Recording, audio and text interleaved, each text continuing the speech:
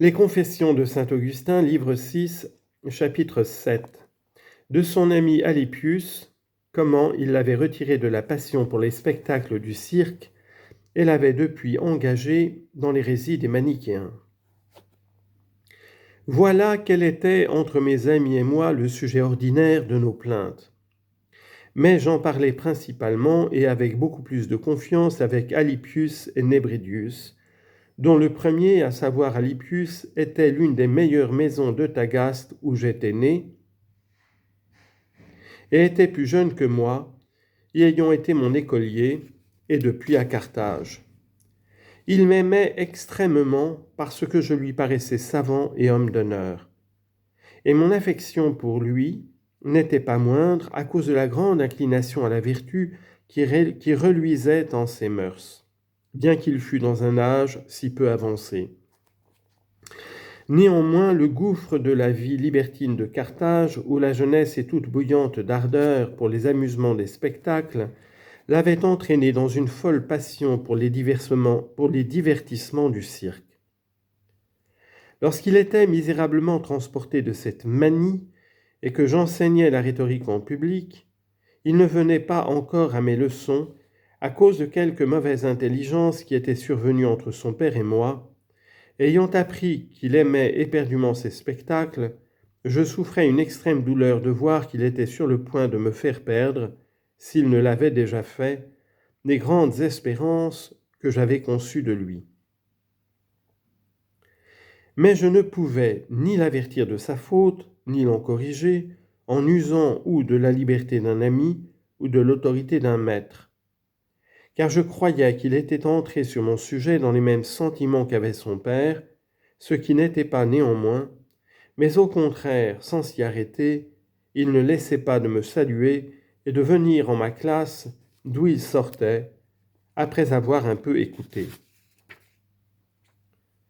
Cela fut cause toutefois que j'oubliais le dessein de lui parler pour le conjurer de ne pas perdre un aussi bon esprit qu'était le sien, en se laissant emporter dans l'aveugle et furieuse passion de ces jeux publics.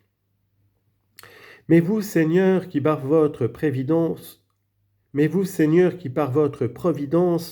régnez sur toutes vos créatures et réglez la conduite de leur vie, vous n'aviez pas oublié que vous l'aviez destiné à être du nombre de vos enfants, pour en faire après un grand évêque dans votre Église.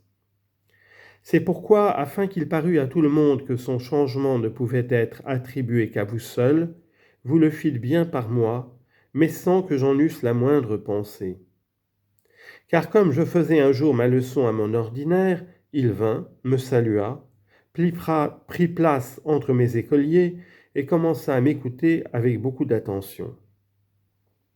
Il arriva ensuite que, pour expliquer un passage de l'auteur que je lisais, j'estimais à propos d'user de la comparaison des spectacles qu'on voit au cirque, par laquelle il me semblait que je pouvais faire comprendre plus agréablement et plus clairement l'explication que je voulais donner à ce passage, et en même temps je repris avec une raillerie piquante ceux qui se laissent emporter à une telle manie.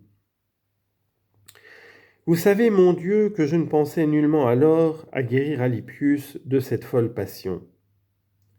Mais il prit cela pour lui et crut que je ne l'avais dit que pour lui seul. Et au lieu qu'un autre qui m'aurait entendu parler de la sorte eût pris sujet de m'en vouloir mal, lui qui était fort bien né n'en voulut mal qu'à lui-même et m'en aima encore davantage. Aussi vous avez dit il y a longtemps dans vos saintes écritures, « Reprenez le sage et il vous aimera. » Proverbe chapitre 9 verset 8. Je ne l'avais pourtant pas repris, mais vous, Seigneur, qui vous servez de toutes sortes de personnes, soit qu'elles agissent avec dessein ou sans dessein, pour exécuter les ordres éternels, et toujours justes de votre sagesse, vous fîtes de mon cœur et de ma langue des charbons ardents pour consumer et pour guérir la passion qui desséchait cet esprit, lequel donnait de si belles espérances. Que celui-là, mon Dieu, taise vos louanges, qui ne considère pas vos miséricordes, dont je vous rends du plus profond de mon âme de très humbles actions de grâce. Alypius, après ce discours, se retira de ce gouffre dans lequel il prenait plaisir de s'abîmer et où il se laissait aveugler par une misérable volupté. Il en détacha courageusement son esprit, il renonça à toutes les folies du cirque et il n'y retourna jamais depuis.